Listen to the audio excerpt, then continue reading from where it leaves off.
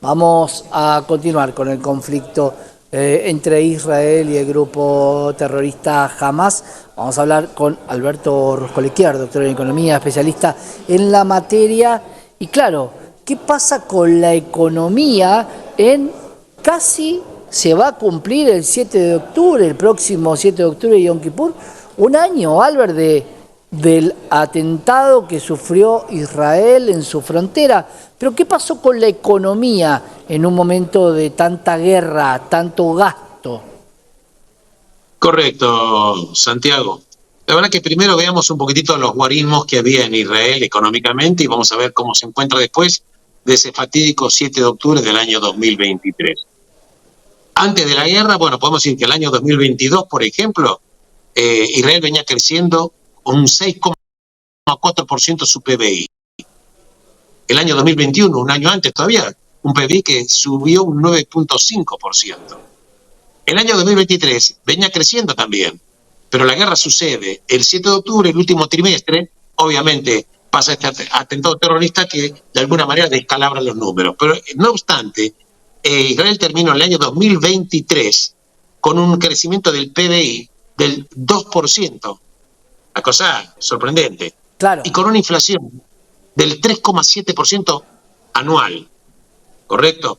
Veamos un poquitito que Israel tenía hasta el año fin de diciembre de 2023, el Banco Central tenía reservas, que la sigue siendo sólida, de 200.000 millones de dólares. Israel es una economía que tiene un PBI de 500.000 millones de euros, con una población de 9.700.000 aproximadamente de habitantes, lo cual le da más de 50.000 euros per cápita por habitante.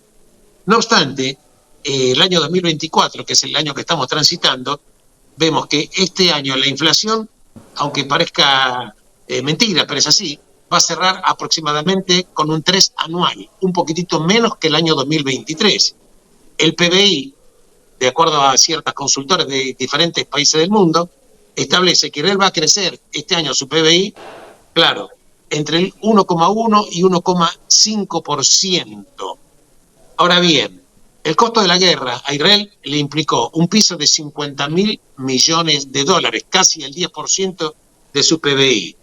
Y actualmente tiene un déficit fiscal del 7% anual. Veamos en consecuencia que Israel, la ventaja que tiene es una economía que tiene poco endeudamiento, porque el endeudamiento de Israel es apenas el 60% de su PBI, un guarismo muy, pero muy bajo, con muy buena calificación en los mercados crediticios. Y especialmente cuando vemos que Israel es una economía de Startup Nations, que se dice, de economía de altísima tecnología, vemos la economía de las empresas tecnológicas de Israel representan el 17% de su PBI, lo cual es una cifra enorme. Y a pesar de que la población económica activa de Israel está en 4 millones de personas, la población económica activa, las empresas de tecnología representan el 14% del empleo y representan las empresas tecnológicas el 50% de lo que Israel exporta. Pero el problema que Wow. tiene prácticamente el desempleo no es muy bajo. Primero porque la economía venía con un desarrollo muy poderoso antes del 7 de octubre. Y en segunda instancia, porque la guerra con el grupo terrorista Hamas implicó movilizar a 300.000 personas que estaban realizando actividades civiles que forman parte de ahora en este momento de la Fuerza de Defensa de Israel. Quiere decir que la Fuerza de Trabajo perdió 300.000 personas sobre 4 millones que era la población económica activa. Quiere decir que casi el 8% de la población activa está formando parte de la Fuerza de Defensa de Israel, con lo cual, por supuesto que el desempleo no es muy bajo, yo diría bajísimo, porque lo que falta es personas para que puedan realizar el trabajo, habida cuenta de que muchos sectores quedaron prácticamente con muy poquita gente. En consecuencia, vemos que la economía, por supuesto, ¿en qué va a terminar todo esto? No se sabe. Si alguien me preguntaba, Santiago, ¿cómo va a ser el desarrollo económico? Israel tiene como ventaja comparativa un banco central enorme, con muy buenas reservas, con muy bajo endeudamiento y además geopolíticamente soportado Claro. por muchos países occidentales en cuanto a cualquier tipo de ayuda que eventualmente pueda necesitar. Albert, me refiero. Te lo pido más que nada comparativo, no con números exactos, pero digo, otro país también está en guerra, pero asediado, y es Ucrania. Más allá de que venía con una inercia de una economía diferente, son guerras diferentes, son guerras que paralizan en el caso de Ucrania. En el caso de Israel la vida continuó normalmente, el comercio, todo continuó igual. Son dos parámetros totalmente diferentes si tenemos en cuenta que tienen la misma economía, ¿no? ¿Cómo le causa la guerra a uno y a otro? Mirá, la economía de Ucrania obviamente quedó afectada.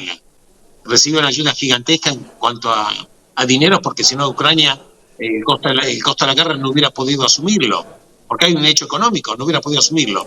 Así todo, Ucrania tiene una inflación que debe estar dando vueltas, así en su momento se decía por un 15 o 17 o 18% anual, claro. En consecuencia, vemos que son esquemas totalmente diferentes. Pero fíjate, como bien hiciste vos, Santiago, voy a tomar tu postura que me parece excelente. Fíjate qué le pasó a Rusia cuando empieza la invasión a Ucrania el 22 de febrero del año 2022. Claro. Rusia tuvo, después de la guerra, mejor desempeño económico que toda Europa. Rusia creció más que Europa, que toda la Unión Europea. ¿Por qué? Porque en realidad también todo este enorme aparato de guerra que tiene Rusia, por ejemplo, puso a trabajar las fábricas en pleno, prácticamente con un empleo enorme. Y esto movilizó también un hecho dinamizador de la economía, es esta industria. Fíjate el caso de Israel, por ejemplo. Una de las ayudas que recibió Israel en campo militar es de Estados Unidos. Una parte fue dada como para no pagar y otra parte para pagar en condiciones que obviamente en otro momento lo podemos charlar. Pero ¿qué pasa? Estados Unidos le dice, la ayuda que yo te doy, aun cuando fuera una ayuda bonificada de no devolver el dinero, e incluso la otra ayuda que te doy, que sí tenés que pagar, tenés que comprar armamento a empresas norteamericanas. Claro. Eso dinamiza a su vez la economía norteamericana. Pero fíjate qué pasó en Europa. Con motivo de la invasión de Rusia a Ucrania, las ex repúblicas soviéticas empezaron a pertrecharse en compras militares, de los cuales Israel también es un enorme exportador de armamento de alta tecnología. Entonces vos fijate a veces que por un lado tenés el costo de la guerra, pero hay ciertas industrias que empiezan a dinamizarse de una manera muy, pero muy poderosa.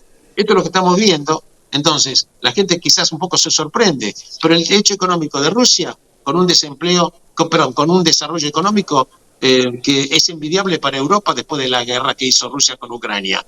El caso de Israel, claro, ya te estoy dando números y fíjate lo que pasa.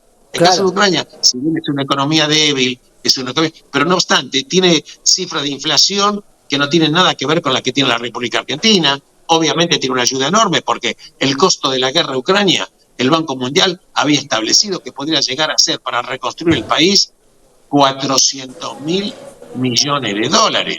Y cuando ya te hablo de 400.000 millones de dólares, te estoy hablando que se chupa todo el Producto Bruto de Ucrania de un año, claro, posiblemente. Todo el PBI. Ahí Albert pensaba, ¿no? Cómo los países que entran en guerra, si están endeudados, van directamente a la quiebra. 10 puntos del PBI en el caso de Israel. Imagínense cualquier país que ya está endeudado en 20, 30 o 40 puntos del PBI, sumarle un gasto por guerras. Por suerte, hace mucho tiempo que los países deudores no pueden ser invadidos por una cuestión de dinero, pero claro, hay que ver en qué momento se puede entrar en guerra, ¿no? En el mundo. Es correcto. Vos fíjate que aprovecho tu comentario que me parece muy bueno. Fíjate qué pasaba hasta el 7 de octubre en Israel.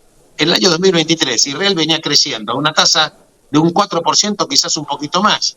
Pero el último trimestre, que la guerra fue el 7 de octubre, el último trimestre, el aumento del déficit fiscal fue enorme y todo el Producto Bruto que venía creciendo más del 4% terminó en un 2%. Quiere decir que la guerra le implicó el 50% del crecimiento del PBI en el año 2023. Claro, es sumamente importante, Albert. Vamos a seguir hablando de la economía de Israel y de lo que está pasando allí en otra oportunidad. Gracias, Albert, como siempre.